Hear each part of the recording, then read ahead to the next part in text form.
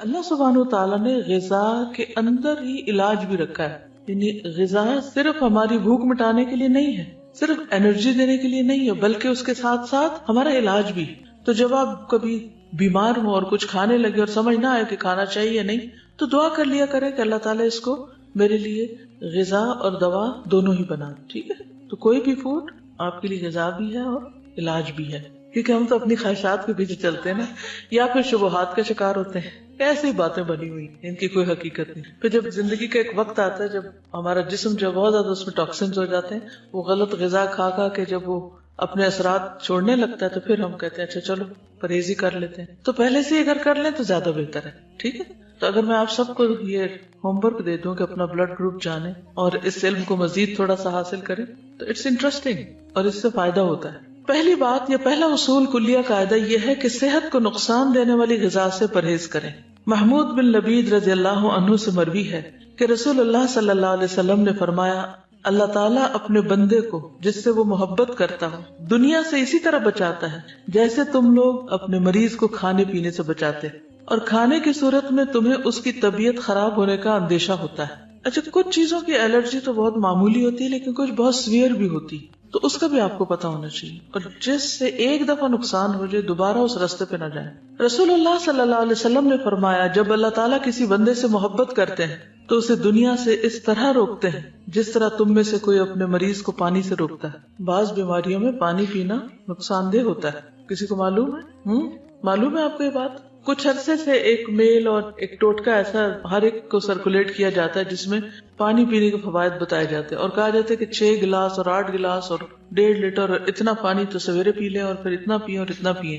یہ نسخہ بھی سب کو سوٹ نہیں کرتا، کیونکہ کچھ بیماریوں میں زیادہ پانی پینا نقصان دہ ہے.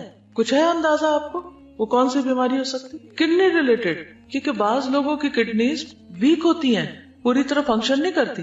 جب آپ ایکسٹرا پانی پی جاتے ہیں تو ان کو کام کرنے میں دقت پیش آتی اور وہ نقصان دہ ہوتی.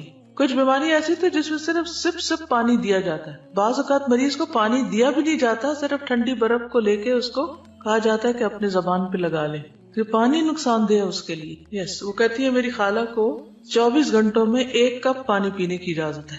اب اگر وہ اسی طرح کو ٹوٹکا پڑھ کے تو 1.5 لیٹر پی بیٹھے تو یہ پانی جو زندگی کی سورس ہے اسی انسان کے لیے نقصان دہ. تو یہ ٹھیک ہے، یہ ایکسٹریم کیسز میں ہوتا ہے، لیکن ویسے بھی ہر چیز کے اندر اعتدال ضروری ہے.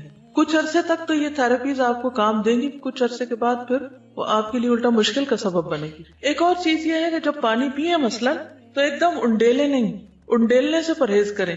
مسنون طریقہ کیا ہے؟ 3 سانس میں پینا، اور اس کو بھی جیسے گھونٹ گھونٹ پیتے ہیں، یعنی جیسے کھا کے پیتے ہیں اس طرح پیئیں. ٹھیک، ایک ہوتا ہم تیزی سے پی جاتے ہیں، تیزی سے نہیں پی، رائٹ، گھونٹ گھونٹ گھونٹ گھونٹ کر کے. یعنی یہ نہیں کہ آپ کے ہونٹوں سے حلق میں جا پڑے، ٹیپ کھل گیا اور وہ ڈائریکٹ وہاں جائے، یعنی کہ آپ کی زبان اور آپ کا منہ جو ہے اس کا مزہ چکھے. اس طرح پینا زیادہ فائدہ مند ہے. لیکن ہم لوگ ہر وقت جلدی میں ہوتے ہیں نا، ہم کہتے ہیں جلدی سے یہ کام کر لیں، جلدی سے وہ کر لیں، اور پھر بس کچھ اور کریں. تو ہے فرماتے ہیں کہ میں نبی صلی اللہ علیہ وسلم کی خدمت میں حاضر ہوا، آپ کے سامنے روٹی اور خشک کھجور تھی. روٹی اور خشک کھجور جیسے چھوارے ہوتے ہیں. نبی صلی اللہ علیہ وسلم نے فرمایا قریب ہو جاؤ اور کھاؤ. میں خشک کھجوریں کھانے لگا تو نبی صلی اللہ علیہ وسلم نے فرمایا تم خشک کھجوریں کھا رہے ہو حالانکہ تمہاری آنکھ دکھ رہی ہے، یعنی اس مرض میں خشک کھجور ٹھیک نہیں. میں نے عرض کیا کہ میں دوسری طرف سے چبا رہا ہوں، جو آنکھ دکھ رہی ہے اس کی طرف سے نہیں. اس جواب پر رسول اللہ صلی اللہ علیہ وسلم مسکرا دیے. کھانے کے لیے ہم سب کوئی نہ کوئی ریزن تلاش کر لیتے ہیں. ٹھیک ہے، اس سے کیا پتا چلتا ہے؟ پرہیز کی بات سمجھ آتی ہے. بیماری میں خاص طور پر پرہیز، جو چیز نقصان دہ ہو وہ نہ استعمال کی جائے. نبی صلی اللہ علیہ وسلم کے پاس تو جو بھی علم تھا وہ وحی کے ذریعے تھا. ٹھیک ہے، تو اس لیے ان چیزوں کو تو ہم ایز اٹ از لے سکتے. پھر بلا وجہ کی دوائیوں سے پرہیز. کچھ لوگوں کو دوائیاں کھانے کا شوق ہوتا ہے، تسکین ہوتی ہے ان کو دوا کھا کے. اچھا، کچھ بچوں میں بھی یہ مزاج پایا جاتا ہے کہ بڑے شوق سے دوا کھاتے، جہاں کہیں کوئی دوا دیکھتے ہیں وہ کھانے کے لیے مانگتے ہیں، کیونکہ اب کئی طرح کے فلیور بھی شامل کر دیے گئے دواؤں میں. کوئی وہ سیرپ پی جائیں گے، کوئی گولیاں کھا جائیں گے. تو اکثر یہ مسئلے رہتے ہیں چھوٹے بچوں کے ساتھ. کچھ بچے ان کو بہت مشکل ہوتی ہے دوا پلانے میں، وہ نہیں پیتے، ان کے بھی مزاج فرق ہوتے ہیں. تو چھوٹی چھوٹی تکلیف میں فوراً دوا نہیں لینی چاہیے. پہلی چیز یہ ہے کہ غذا سے علاج کریں، پرہیز سے کام لیں، اور اگر نہیں علاج ہو رہا، نہیں تکلیف ٹھیک ہو رہی تو دوا لیں، اور وہ بھی ضرورت کی لیں. اور کثرت سے پرہیز کریں. جی کیونکہ میں نے ایک ڈاکٹر سے پوچھا, انہوں نے مجھے کوئی دوا ریکمینڈ کی, تو میں نے کہا اس کے کوئی سائیڈ افیکٹس نہیں. وہ کہنے لگے ٹو بی ویری آنےسٹ, ہر دوا کے سائیڈ افیکٹس ہیں. یعنی کوئی اگر یہ کہے بھی نا کہ اس کے کوئی سائیڈ افیکٹس نہیں, تو یہ ماننے کی بات نہیں. ہر دوا کے, کیونکہ دوا ہے نا, اور خصوصاً ہماری دوائیاں جو بنتی ہیں سب اسٹینڈرڈ بھی ہوتی ہیں, اور اس کے علاوہ جو کیمیکلز اس میں ہوتے ہیں اور جو پروسیسڈ ہوتی ہیں بہت زیادہ. ایک تو ہوتا نا کہ کوئی جڑی بوٹیاں ہیں یا کوئی غذا ہی سے ملتی جلتی دوائیں, اور ایک یہ ہے کہ ان کو اتنے پروسیسز سے گزارا جاتا ہے اور اس میں کلر شامل کر لیے جاتے ہیں کہ ان کے سائیڈ افیکٹس ہوتے ہی ہوتے ہیں. ٹھیک ہے, تو ہر دوا زہر ہے یا عنقریب زہر بن جائے گی, کیونکہ جب اس کی کثرت ہو جائے گی, زیادہ وہ آپ کے جسم میں اس کی کوانٹٹی ہو جائے گی, تو وہ زہر بنی. جب دوا چھوڑے بھی تو سٹیپ بائی سٹیپ چھوڑے, ایک دم نہیں چھوڑے. حضرت عائشہ بیان کرتی ہیں کہ بعض اوقات رسول اللہ صلی اللہ علیہ وسلم کو کوکھ میں درد ہوتا اور بہت شدید ہو جاتا. ایک دن رسول اللہ صلی اللہ علیہ وسلم کو یہ درد شروع ہوا اور اتنا شدید ہوا کہ آپ پر بے ہوشی طاری ہو گئی. ہمیں اندیشہ ستانے لگا, لوگ بھی خوف زدہ ہو گئے, اور ہمارے خیال کے مطابق آپ کو ذات الجم کی شکایت تھی, نمونیا جس کو بولتے ہیں. چنانچہ ہم نے رسول اللہ صلی اللہ علیہ وسلم کے منہ میں دوا ٹپکا دی, جس سے آپ کی وہ کیفیت ختم ہوئی. طبیعت کچھ سنبھلی تو آپ کو اندازہ ہو گیا کہ آپ کے منہ میں دوا ڈالی گئی ہے. آپ نے اس کا اثر محسوس کیا. آپ نے فرمایا, تمہارا خیال یہ ہے کہ اللہ عز و جل نے مجھ پر اس بیماری کو مسلط کیا, حالانکہ اللہ اسے مجھ پر کبھی بھی مسلط نہیں کرے گا. اس ذات کی قسم جس کے ہاتھ میں میری جان ہے, گھر میں میرے چچا کے علاوہ کوئی آدمی ایسا نہ رہے جس کے منہ میں دوائی نہ ڈالی جائے. یعنی ان سب نے مل کے میرے منہ میں ڈالی ہے, اب ان کے منہ میں بھی ڈالی جائے. ٹھیک, یعنی حتیٰ کہ کوئی شخص بے ہوش ہو یا بعض امراض ایسے ہیں کہ اس میں دوا دینے سے پہلے اس سے پوچھ لینا چاہیے. اس لیے بہت سے ڈاکٹر سائن لیتے ہیں کہ آپ راضی ہیں اس پر. خصوصاً سرجریز میں تو آپ دیکھیں کہ سگنیچر کرنے پڑتے ہیں اور ڈسکلیمرز ہوتے ہیں کہ ہم ذمہ دار نہیں ہیں. ٹھیک ہے, ہم آپ کی مدد کرنا چاہتے ہیں, لیکن اگر کچھ ہو گیا تو آپ خود ہی ذمہ دار ہیں. یہ پہلا پوائنٹ کیا ہے؟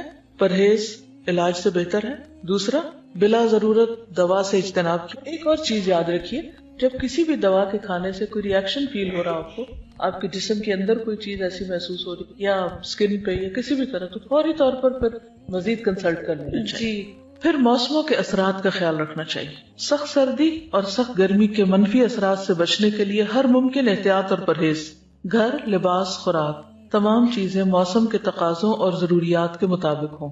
یعنی پرہیز صرف کھانے کا نہیں بلکہ انوائرنمنٹ کو بھی اپنے حسب حال کرنا چاہیے. بہت زیادہ کمفرٹیبل بھی نہ ہو کہ انسان سونے لگ جائے, اور ایسا بھی نہ ہو کہ بیمار پڑ جائے. کچھ لوگ اتنی ہیٹنگ کر لیتے ہیں, اس سے بھی نقصان ہوتا ہے. اور کچھ لوگ جو ہے وہ جرسی کے بغیر باہر نکل جاتے ہیں اور بیمار ہو کے واپس لوٹتے ہیں, تو وہ بھی ٹھیک نہیں. احتیاط بہتر ہے, اعتدال بہتر ہے. ہر شخص کو اپنے مزاج کو, اپنے جسم کو, اپنی ضروریات کو خود بھی سمجھنے کی کوشش کرنی چاہیے. اس میں بھیڑ چال نہیں کام دے گی کہ وہ یہ کر رہا ہے تو میں بھی, اس نے کچھ نہیں پہنا ہوا تو میں کیوں پہنتا ہوں. تو کسی کی نقالی مت کریں, اپنے مزاج اور اپنے بدن کو سمجھیں کہ وہ کیا چاہتا ہے. اب اس میں آپ دیکھیے, جیسے موسموں کے اثرات کی بات کی نا, تو سردی سے بچیے جب سردی زیادہ ہو, گرمی سے بچیے جب گرمی زیادہ. اسی طرح اگر بہار کے موسم میں آپ کو کسی خاص پودے سے الرجی ہے یا اور کوئی چیز سوٹ نہیں کرتی, تو اس سے بھی بچنے کی ضرورت ہے. پھر وبائی اور متعدی امراض.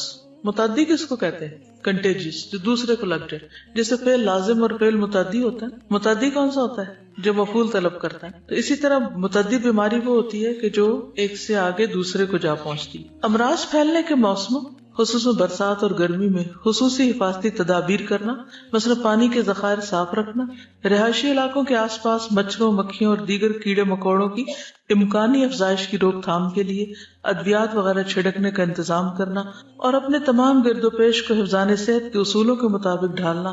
گلے سڑے یا پہلے سے کاٹ کر رکھے ہوئے پھل یا سبزیاں کھانے سے پرہیز کرنا. یہ ساری چیزیں اس میں آ جاتی ہیں. یہاں پر حفاظتی ٹیکوں کی بات کی گئی ہے, جس کے میں پرسنلی سخت خلاف ہوں. اس لیے میں کسی کو بھی یہ مشورہ نہیں دیتی کہ وہ بچوں کو یا بڑوں کو حفاظتی ٹیکے لگوائیں. کئی لوگ فلو شاٹس لیتے رہتے ہیں, اور بعض لوگ بچوں کو جو حفاظتی ٹیکے لگواتے ہیں اور وہ سمجھتے ہیں کہ اس میں شفا ہے.